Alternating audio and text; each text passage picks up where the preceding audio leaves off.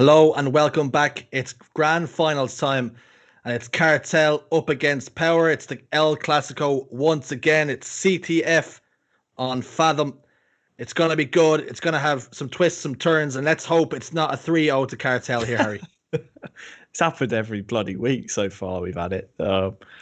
Hopefully, like you say, yeah, we can see at least a game being taken off them. Respect to my boy Kimbo in the lobby right now, rocking the Wonder Boy emblem, even though I'm not there. It's good to see that, the legacy lives on. But these two met in the winners bracket finals, right? And we saw a game taken off of Cartel. So no more perfect tournament. I'm pretty sure they dropped a game earlier on in the tournament as well against Sanart and the lads as well. So no perfect tournament for Cartel this week. Do they look a bit shaky? I'm not too sure. So let's see what kind of effort we see put up by Notorious Power, Afterbirth, Rebirth, Reborn. Yeah, so it was actually Scarcity, Jesus, Sanart, and Stickit who took them down on the rig 50-48. And then, of course, Power took a map off them. Again, another Slayer. So they're still unbeaten on the objectives. And some might say the most important game types, as it will. But, is this a blip? Was it just a lack of concentration? Can they throw it away and go again here now? Or is there a chink in the armor starting to form here that maybe they're not as imperious as we once thought? No, come on. Wait, are you serious? No, yeah. I was just trying to. Well, I was playing devil's advocate and trying to build some story here. It's Cartel. Come on, this is going to be over. Should we put a time? Let's put a time bet on it. I reckon this will be done by 9 o'clock. We've got about half an hour until the series is done, and we'll be in bed by 9:30. It'll be fine. Yeah, it's only a matter of time really before we see the pirate flags all over Twitter, and it's going to be CTF on Fathom as our map number 1. And again, we will be going to Slayer on Coliseum, so Harry is not going to get his way. It looks as though we have to talk to Great Red Shift. He's the one dealing with the game types and the maps, and Harry is just going to say, let's just ban all Slayer Coliseums from here on out. But Sika has the rail gun and he finds Snipe Drone. It's 3 already dead, but thankfully Kimbo was on hand to put Sika in the respawn screen.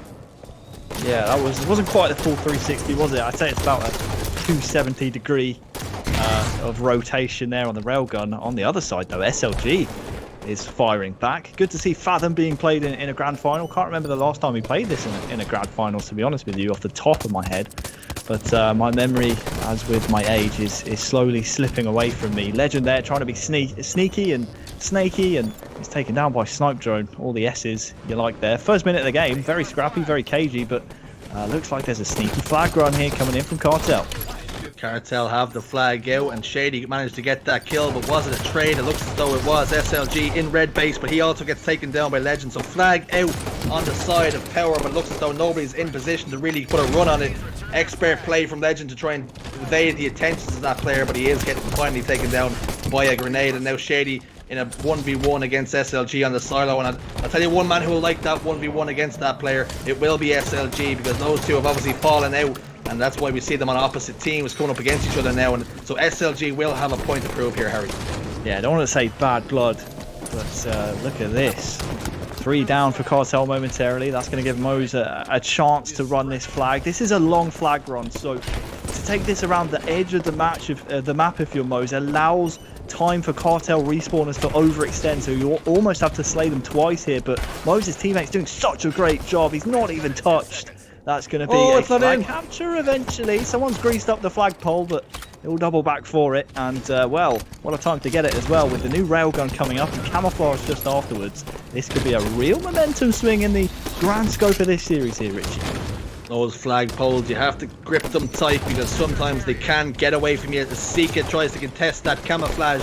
Was it burned? Did he get his hands on it? We didn't actually see in the end, but Jimbo has the railgun, but it's 2 members of Power to contend with, and that's 3 members down for a moment. The flag is already at home, so they were just getting more control and getting back control where Power, and the score is all tied up 1-1, and flag pulled out for a moment by Kimbo, but Snipe Drone is also in the base as well. Legend somehow manages to stay alive, and he gets another kill as well, and Jimbo just playing out of his skin right now. SLG is begging for an FOV slider in Halo 5 right now. How did he not see Jim right next to him? Jim sees him with camo, but somehow SLG doesn't get to see the player to his right hand side. We have Kimbo here, of course, trying to make something happen. He's put to bed, and Unfortunately, that glorious emblem is replaced by a red X right now on the player cards. Don't worry, it'll be up in a second. There it is. You get to glance at it, all its glory. But yeah, 3 down here for Notorious / Power / Reborn. And, Legend needs to be careful here because there is a player underneath. We don't often see Legend lose these 1v1s, but well, he's able to make a meal of that one, but gets the kill in the end. That's a misplay from Kimbo, you have to say. He knew that player was jumping over his head, and Legend had no idea that Kimbo was there, but somehow, some way, Legend finds himself out as victor in that 1v1, and now flag goes in. Now, is that all because of that one misplay from Kimbo? First of all, pulling that flag in the enemy base as they were spawning up, and he was subsequently taken down, and then losing that 1v1 when he really should not have, and giving Legend the impetus to pull that flag and get it on the move. And now you see Cartel 2-1 up, but now like that 2-2 as a crafty little flag goes in while we're talking about it. But now SLG in a 1v1, and he's starting to heat up, is the Frenchman.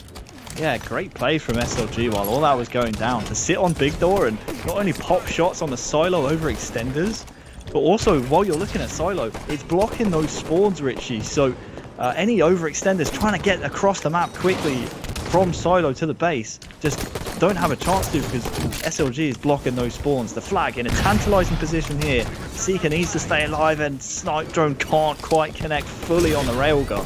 That's going to allow Seeker to get the return, and we're, as you were, both flags at home, 2 apiece.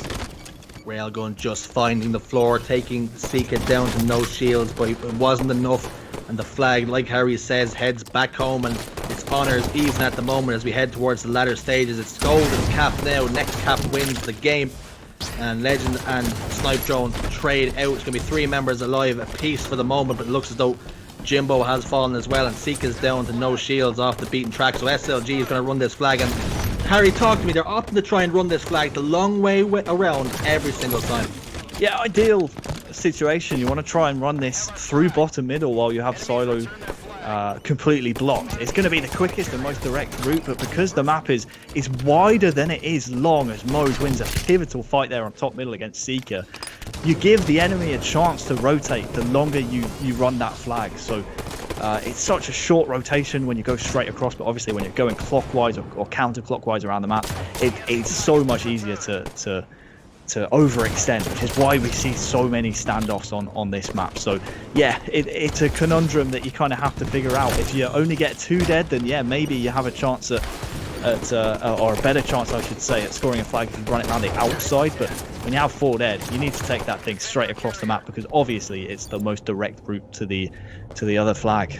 Yeah, if you're putting that, you're punching in your home base from their base into your GPS, it will give you the direct route straight down bottom middle. And maybe Mo and Code are often to take this the long way around because they see this as a safer one. But Jimbo gets a triple kill, all whilst I'm waffling, and they're gonna win Fathom Flag. It's 1-0 for Cartel, but it has to be said, Power looked good there. Power did look good. It's unfortunate for them. They come out on the receiving end of a loss in game 1, but they went blow for blow. Just take a look at those stats. Legend, 13 kills, 12 assists. He had the highest kill involvement, I believe, well, not in the game, but on his team. But look at Snipe Drone, 17 kills, 10 assists from him. That's huge. I was worried, Richie. I was worried about my prediction. Worried about my prediction of a 9 o'clock bedtime. We're still on track for it. Don't worry. If anyone needs to push their alarm back a little bit or push their bedtime back, you can do that. It's an option. But I still reckon we're on track for a 9 o'clock finish. And if anything, all you've done is keep us awake an extra few minutes by running those extra 2 caps. So it's actually, if you think about it, we should actually just give Power abuse for prolonging the inevitable and actually trying to make a series of this. We have bedtimes and places to be, people. Okay. Yeah. But we're gonna go into that the map that you seem to hate and the game type that you seem to hate even more. It's Slayer on Coliseum, and it's like you said before. If Cartel get those power weapons, is the writing already on the wall? I think if either team get the power weapons, the writing could be on the wall. That's how fickle this game type can be. It can be decided in the first minute of the match. I think these 2 teams are much more evenly matched than teams we've watched play on this game type previously in the tournament. So I'm not going to say it's going to be decided by the first cycle of power weapons, but I would say almost definitely by the second. So around the 10-minute mark and then the 9:30 mark on the timer, you need to be just keeping an eye, or excuse me, the 9-minute mark on the timer. You need to be keeping an eye on who has the power weapons, because that could well and truly decide this game number 2. Game number 2 is going to be underway very shortly, and we're going to start on board and through the eyes of Shady. He managed to get the job done with his team over former teammate SLG last weekend in map number 1 here as well on Fathom Flag, and he'll be looking to continue his dominance and his stranglehold over EU Halo along with the rest of his roster. They've already gone 3 kills to the good as Mo's followed snipe drones in a world of hurt as well. That's a fresh wipe, and that's power weapons over to Cartel. I take back what I said. It's over in the first 30 seconds. You're waiting for me to analyse some more, Richie. That's all I've got for you, mate. That's all you've got. He's going to keep it short and sweet. He's already said what he needed to say after the first run, and it looks as though Shady's got the snipe rifle. He's holding down this blue corner as well. He's just going to try and bide his time, find some faces. Ooh, that looked as though it was lined up, but a sliver of that rocket blocked that shot. But he does find the home with that onto Moses' face afterwards. But Shady wisely throws the sniper rifle off the map, and he's given them the respect they deserve, knowing that they get the sniper rifle, they can very easily claw their way back into the game, not giving them that opportunity, throwing them the weapon off the map. It's no longer in field and in play, but 11 kills to 3 in favour of Cartel, and just so dominant at times. Well, it's exactly right. Shady throwing that sniper off could be the difference maker come the end of the match. You get yourself some free kills, and then you deny the opposition a chance to use it themselves. So that's just great identification of Shady, you know, realizing how quality and Slayer plays. If you have a power weapon, your team's going to be in a great spot, and they've got both of them off the rip, and they already have around a 9 or 8 point lead. I can't quite read the numbers, Richie. My old man eyes are starting to kick in here, but Moses winning a good fight there, and well, I think Jimbo will be ruining that one against his old teammate come the end of the game if they throw away this lead. And if you're Power, Harry, knowing the way the game has gone at the start, you've lost both power weapons, but now you say you're only down by 5 kills, and at the start of the game that was offered to you. Wait, make that 7 as I'm making my point, trying to hammer it home. Have they got decent damage control as he falls? But now the point's all completely wasted, Harry, and they're down by 9. Completely wasted, and we spoke about the second cycle of weapons. The first half of those weapons have gone to Cartel. So if Kimbo isn't able to win this fight, and Legend has just completely lost him there, Shady recovers the rockets. So it's only really a 1-to-1 trade in the grand scheme of things. A big double from Jim will help things out as well. But if they don't get this sniper here, Notorious, I worry for them. I really do. They're already down by 10. You get the sniper going against you as well. Boy, oh boy, it's a long road back. And if you're already starting to look beyond this particular map, it's going to be strongholds on the rig, and we just know how good this team is in almost every map, but certainly in a strongholds game type, and certainly on the rig as well.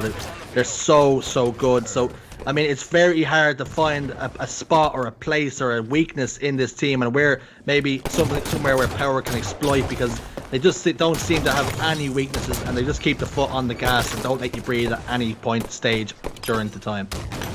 Well, Kimbo's got the sniper in his back pocket. All he needs is a bit of breathing room, and 3 down for Cartel will allow that breathing room to go in his favour. Now it's about if he can find those heads and claw back these 9 kills that his team trail. We'll see SLG here trying to secure Pyramid for Kimbo again, just to give him a bit of breathing room, but Kimbo has gone down, and that's just handed the sniper over to Cartel. You can't be doing that on this game type, Robbie.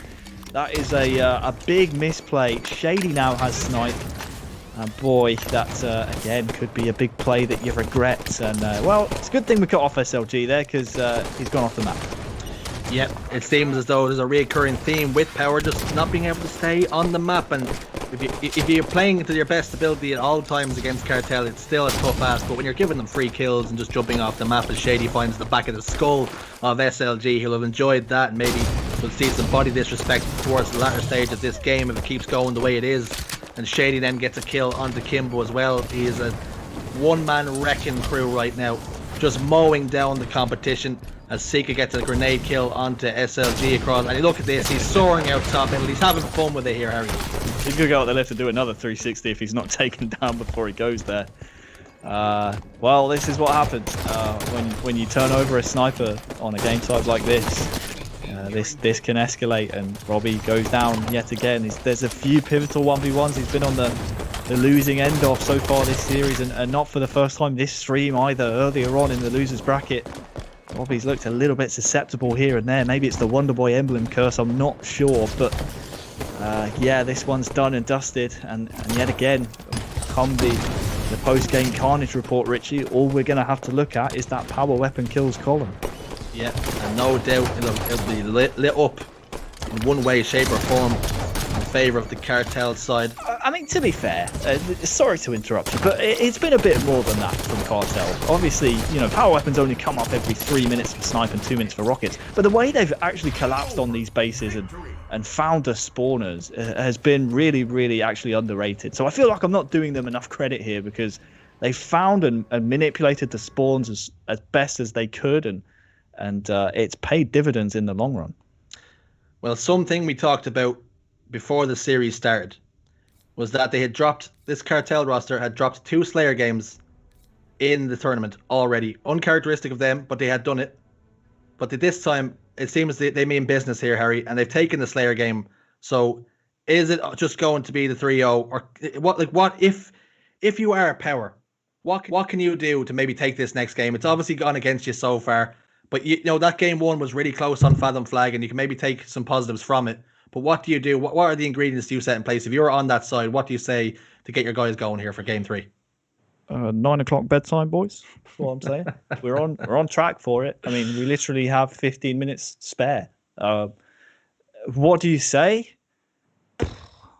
What do you say at this point? What do you say? You haven't won a single tournament against these guys. It's been this way for the last 4 or 5 months of Halo 5. You haven't won a tournament apart from when Legend wasn't playing that 1 week. And I don't know what you say. I mean, let's try and win this one game. I make it look respectable. I'm not sure. I really don't know what you do here if you're notorious Power. I don't know.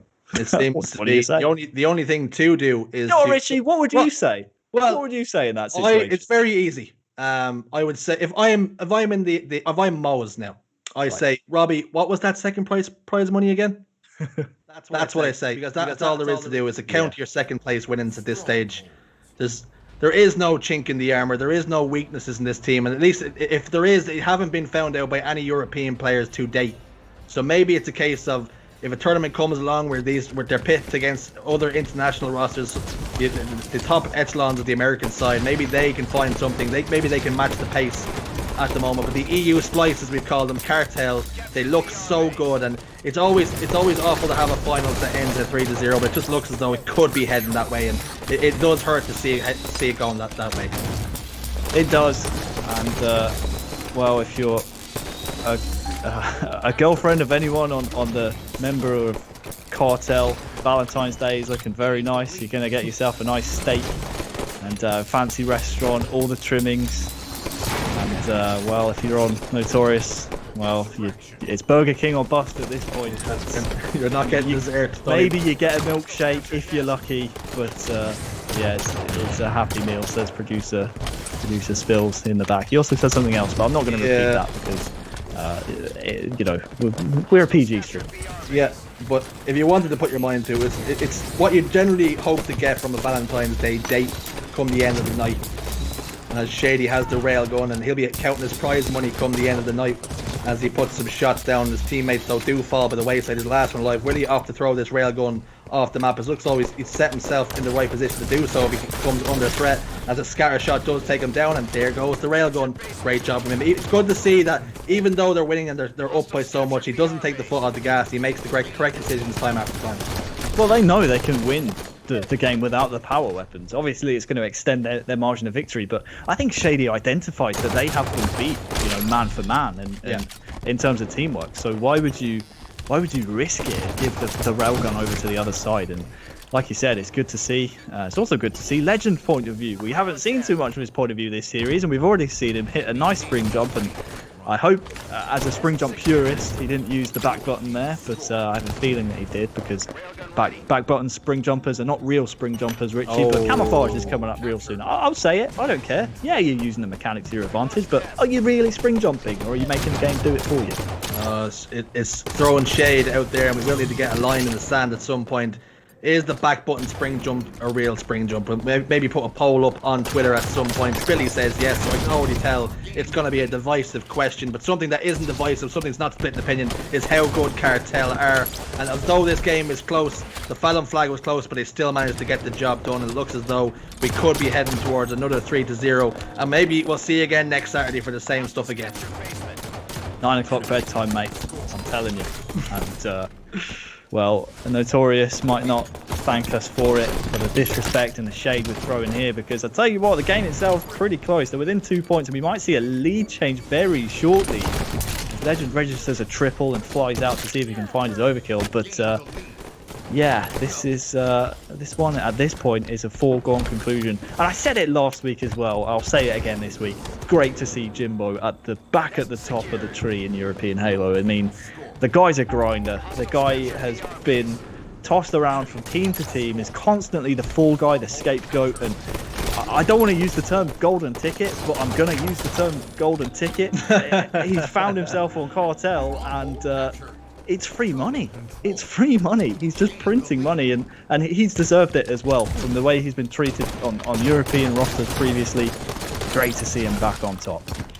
Is it a question, Harry, that Jimbo is maybe one of the most underrated pro players in the EU scene, and even the scene in general, and he doesn't get the credit that he deserves for the effort he puts in, and ultimately he's always that guy who fills the role that is required by the team. So if a flag needs capping, if a ball needs to be held, or if a power weapon needs to be controlled, he's the man that will do it, and he'll always fill that role. So he never, like you say, seems to get the love and attention that he deserves. Absolutely, and I tell you what, he's fitting in like an absolute glove on this Cartel roster. He knows how they like to play. He's not playing the same way that he would play on say another team. You can tell he's adapted to the money twos and splice style of play that Cartel like to play, and when you just, all you have to do is listen to his stream and just listen to the way that he talks about them, and the way he's learning from them. It's really good to see, and like you said, he's not the flashiest player in the world, but I think Cartel are very happy to have him on board just as much as Jim is happy to be on that team as well. Yeah, I remember last week he said that he was going to rewatch Legends POV from, I think it was a rig game type as well. He just wanted to watch him, see how he moved, see how he flowed around the map, and maybe he was going to download all that information so he could use it next time. And towards the start of this tournament, he said basically all he tries to do for this team is he knows how aggressive they are, he knows they fly at people, he knows how much pressure they put teams under, so all he does is try and do as much damage as he possibly can, try and shoot as many people, so that when his French players dive in at the opposition players, they're already weak and they're already down a couple of shots, just to give them that advantage. So he's recognised his role in the team very, very early here, Harry. Yeah, shout out to Metalizer in the chat, by the way, pointing out that he's been on 3 European Championship teams, all with different people. Like, just think about that. Like, that is kind of crazy, and stemming all the way back to Halo 2 Anniversary as well, back in Epsilon days with the Buck Twins, and even in Halo 5 with those guys as well. So yeah, from Epsilon to Infused / Fabi to now Cartel as well is, I mean, that's kind of crazy when you think about it. It's impressive, and like you say, he's more often than not used as the scapegoat, but if you've won 3 championships with 3 different teams, that's essentially what, 9 different players that you've helped to win a championship with, but somehow when it comes down to it, you're the man who gets dropped time after time. It's actually kind of crazy, and maybe that it's the easy decision sometimes to drop Jimbo as opposed to maybe dropping one of what would be your friends per se. But SLG at the moment and his friend, he got the railgun in his hand, but it's too little, it's too late, and it's already the Cartel Cup, it has to be said. Well, again, it's another game where we're talking about Cartel the whole time, and again, if you're a fan of Kimbo Mo's, SLG, Snipe Drone, sorry for not speaking about them, but to be honest with you, they haven't really given us much to speak about. I mean, no. It's been another case of Cartel dominance this week, and unless they keep control for the rest of this game, which is possible with SLG with a railgun, we're seeing another 3-0, and it's the prophesized 9 o'clock bedtime is well and truly on track here for us here in Europe. Yeah, we mean it as absolutely no disrespect to the guys on the Notorious roster, on the Power roster. It's just simply that Cartel are that good that they make these. There's a triple cap here. We do see a triple cap in full effect, but we did see 4 dead for Cartel as well, so they didn't keep track of all of the spawners. Legend spawns behind Kimbo, and I think that will probably be at least a triple cap gone for now. Triple cap gone for just a moment as he takes the basement, does Legend, and maybe stops the bleeding for a moment, stops those points hemorrhaging away, and they just need what will be one more stronghold and they'll start scoring again, and then we will no doubt see them take the lead as Legend gets 2 kills when he really had no right to do so. The basement starts to transition, and he will see, he has the information that these players are all in the basement hill. The opts to try and contest that as opposed to try and take a different one, as Moes and Kimbo and get taken down in the feed, and Shady and Seeker get a kill, and they're starting to shoot some bodies there as well, and that's game, set, and match. It's another win for Cartel. Back to back to back to back to back to back Pro Series champions, Cartel. GG's all round. And for anyone joining us from HCS's tweet about 10 minutes ago, you're too late. It's already over. You missed it. It's Cartel winning again. And it doesn't matter that, again, the lobby's broken, so we don't see all of the stats. It's the same thing. Right now in Europe, the competition is Cartel, the rest. That's it. Cartel at tippity top, everyone else after them. Yeah, many kills. We don't need to see the stats. All you need to see and all you need to know is that Cartel dominated once again. It was a formality really from start to finish was this cup. But one thing we should do, Harry, is give